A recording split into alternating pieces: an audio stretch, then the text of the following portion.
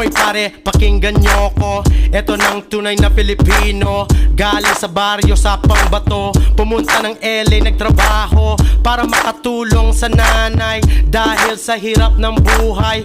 Pero masaya pa rin ang kulay pag kumain, nagkakamay. Yung kanin, chicken adobo, yung balot binibenta sa kanto. Tagay mo na nga ang baso, pare ko, inuman na tayo. Filipino, Filipino, Filipino, Filipino. Bebo, bebo, bebo,